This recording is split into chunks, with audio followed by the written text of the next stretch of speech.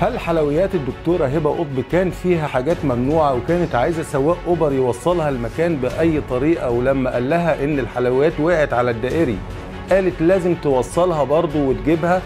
التفاصيل المهمة اللي ممكن تكون داخل القصة واحنا مش واخدين بالنا.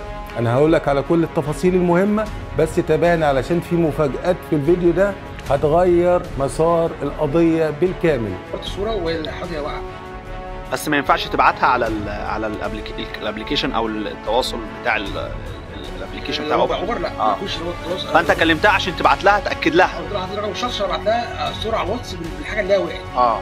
هي ما رضتش تديني حتى ساعه وانا كنت ببعت لها، ما رضتش حتى تديني اقرار.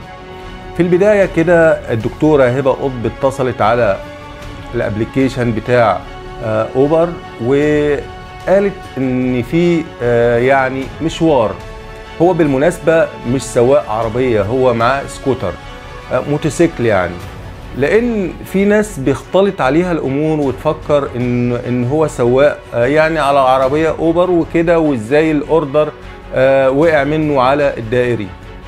لا، واحد طلع له، مش الدكتوره هبه طبعا اللي طلعت له، واحد شغال معاها طلع ليه وقال له خلي بالك ان دي حلويات واربطها، بس ما تربطهاش جامد علشان ممكن تبوظ. فالمهم هو ربط يعني على خفيف، وهو سايق على الدائري الحلويات وقعت.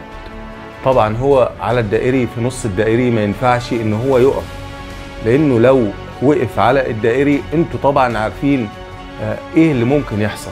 ده سكوتر ووقف فجأة على الدائري هيتهرس. هنا في ملابسات في الموضوع ده، في حد كذاب.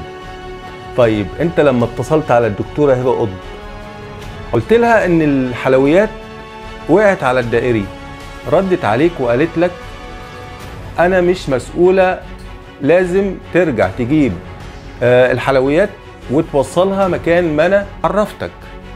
كان مفروض منك ان انت تصور الحلويات. انت قلت ان انت صورت الحلويات وهي واقعة. طيب وقفت ازاي وصورتها ازاي؟ ده سؤال محتاج اجابة.